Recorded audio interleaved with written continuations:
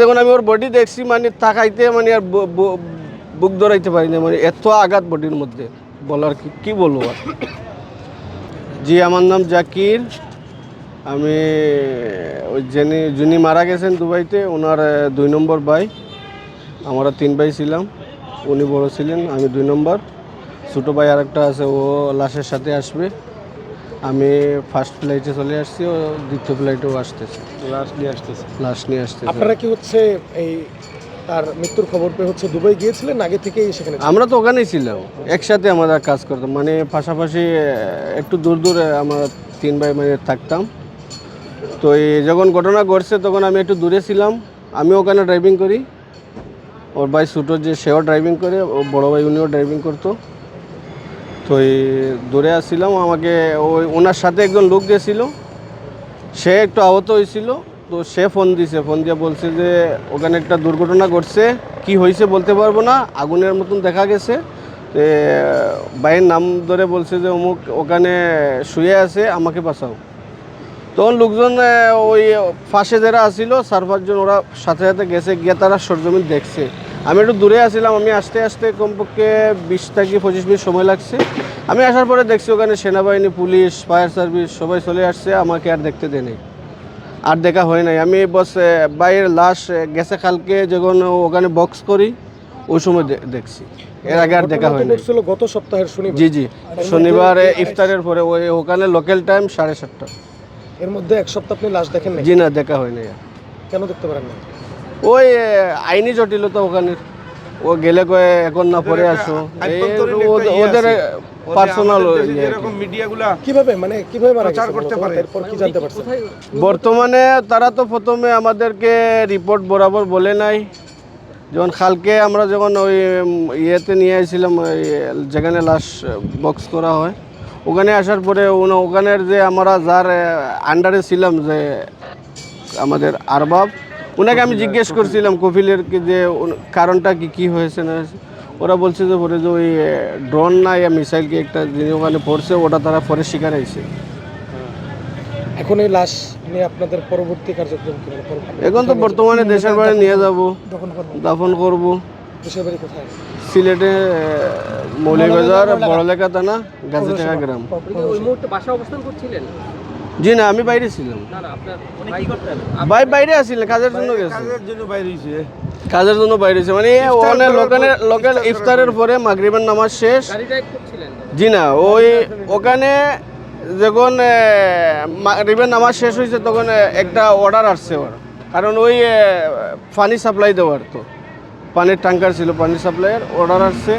তো উনি একটু তাড়াতাড়ি গেছে, যে 10 মিনিট পরে হইলে এশার আজান, বলছে যে তারাবির নামাজ আছে, একটু তাড়াতাড়ি গিয়ে আসবো। মানে ওর রুম থেকে বেশি দূরে না, 2.5-3 কিলোমিটার দূর। তো ওই গেছে বস, ওই যাওয়ার পরে ওখানে পজিশন নিচে 5 লাগাইছে। ওই একটা জেনারেটর থাকে না পিছনে, জেনারেটর স্টার্ট দিবে যে সময়, ওই সময়টার মধ্যেই বস দুর্ঘটনা করছে। ওই গাড়ির পিছনে একটা ইয়ে আছে, ওদিকে মানে এইরকম হলিয়ে পড়ছে, ওদিকে পড়ছে, নিচে দিকে গেছে। আর ও পাশে খাড়া ছিল, ওর পুরো বডির মধ্যে আঘাত হয়েছে। কালকে যখন আমি ওর বডি দেখছি মানে তাকাইতে মানে আর বুক ধরাইতে পারি না, মানে এত আঘাত বডির মধ্যে বলার কি বলবো আর। ফ্যামিলির দীর্ঘদিন উনি যে প্রবাসে পরিশ্রম করিয়া যাইতেছে, নিরলসভাবে কাজ করে যাইতেছে, এর সুবিধাতে এই ফ্যামিলি এবং তার এই ফ্যামিলির 8টা বোন এবং তার আরও 3টা ভাই, 2টা ভাই। তো ওরারে সবরে ভাই বোন তারা 8 আর 3 11 জন যিনি মারা গেছে, ওরা ভাই বোন 11 জন। সবও এই সে নিজে পরিশ্রম করি প্রবাসে পরিশ্রম করে বিয়া শাদি দিছে। ওনার ছেলে মেয়ে এখন হইল গিয়া 6 জন, 1 মেয়ে 3 ছেলে। তো ছেলেটার মধ্যে সবর ছোট থেকে 2 নম্বর ছেলে, ও তেলাসিমিয়া আক্রান্ত। ওর পিছনে আর কি প্রচুর টাকা ব্যয় করা লাগে প্রতি মাসে। আর ওই প্রবাসে যা ইনকাম করতো সংসারের মধ্যে বিলিয়া দিত। এখন ওই তো বাচ্চা কাচ্চা লইয়া ধরল, এখন ছেলেও প্রবাসে ছিল, ছেলেও আইয়া পড়ছে, তখন প্রবাসের সমস্যার কারণে আইয়া পড়ছে। এখন তো আর যাইতে পারবে না, ভিসাও বন্ধ। তো বর্তমানে তো আর এই ফ্যামিলির উপার্জনকারী কেউ নাই। তো ফ্যামিলিটা নির্ভর করতেছে কিসের উপরে একমাত্র আল্লাহ তাআলা জানে। তো ওনারে জীবন জীবিকা কিভাবে নির্বাহ করবে আরেকটা এই জিনিস কি আমি আর share করতে চাই আমরা আপনাদেরকে। আমাদের যে সে অনেক বর্তমান আশা করে একটা বাড়ি তৈরি করেছিল, শুধু বাড়িটির ফিলার নির্মাণ করেছে কিন্তু গোলটি সম্পূর্ণ গোলটি করতে পারে নাই। তুলতে পারে না। আপনারা প্রিন্ট মিডিয়া এখানে যেতে পারেন এবং সত্যতা কতটুকু জেনে আসতে পারেন। অনেক আশা নিয়ে 27 বছরে একটা বাড়ি তৈরি করেছিল, সেখানে ঘর বানাতে পারে নাই। শুধু এই যে খাম্বাগুলো তৈরি করেছিল, এই যে ইয়েগুলা বেস্টালি তুলতেছে খালি। বেস্টটা শুধু তুলে বেস্টালি এটা তুলতেছে। বেস্টটা তুলিয়া করতে পারে নাই। একতলা না, একতলাও একতলা। করে নাই। সে এখন তাদের ওর ভাইয়ের অনেক ভাইদের আশা অংশে আকাঙ্ক্ষা আছে। ছিল আর কি, যেটা কি লাস্ট ফিনিশিং এর ওই যে 3 মাস আগে গিয়েছিল আপনার তখন আপনার এই ঘরটা ভিত্তিপ্রস্তর স্থাপন করিয়া গেছিল। বাজেট ছিল ভিত্তিপ্রস্তর উনি বাড়িটা তিনতলা তৈরি ফাউন্ডেশন করে- ও বাড়িটা তৈরি করে তার বাজেট ছিল অনেক পরিকল্পনা ছিল যে হ্যাঁ 3 তলা ফাউন্ডেশন করবে, দুবাইতে কোটি কাজ টাকার করি মতো করি বাজেট ছিল। কোটি টাকার উপরে কোটি টাকার উপরে এরকম বাজেট। তে এখানে খুব আশা নিয়ে বাস ঘরটা করি তুলছে। বা ছেলেটারে প্রবাসে রাখিয়া বা ইউরোপের দেশও রাখিয়া সে নিজে একবারে দেশে অবসরে আসবে। এই অল্প কয়েকদিনের মধ্যে যে আমাকে বলল যে ভাই অল্প কয়েকদিনের মধ্যে আমি দেশে আসমু অবসরে, আর প্রবাস জীবন ভালো লাগতেছে না, তো ছেলেটারে একটু সেট করিলাই। আর এই মধ্যেই তার জীবনের শেষ নিঃশ্বাস ত্যাগ করলো। এটা আসলে অনাকাঙ্ক্ষিত। যখন আমরা শুনছি তখন আমরা হতদম্ব হয়ে গেছি যে সে 2 দিন আগে আমার সাথে কথা আশা নিয়ে 27 বছরে একটা বাড়ি তৈরি করেছিল, সেখানে ঘর বানাতে পারে নাই। শুধু এই যে খাম্বাগুলো তৈরি করেছিল, এই যে ইয়েগুলা বেস্টালি তুলতেছে খালি। দিন উনি যে প্রবাসে পরিশ্রম করিয়া যাইতেছে, নিরলসভাবে কাজ করে যাইতেছে, এর সুবিধাতে এই ফ্যামিলি এবং তার এই ফ্যামিলির 8টা বোন এবং তার আরও 3টা ভাই, 2টা ভাই। তো ওরারে সবরে ভাই বোন তারা 8 8 3 11 জন যিনি মারা গেছে, ওরা ভাই বোন 11 জন। সবও এই সে নিজে পরিশ্রম করি প্রবাসে পরিশ্রম করে বিয়া শাদি দিছে। ওনার ছেলে মেয়ে এখন হইল গিয়া 60 জন, 1 মেয়ে 3 ছেলে। তো ছেলেটার মধ্যে সবর ছোট থেকে 2 নম্বর ছেলে, ও তেলাসিমিয়া আক্রান্ত। ওর পিছনে আর কি প্রচুর টাকা ব্যয় করা লাগে প্রতি মাসে।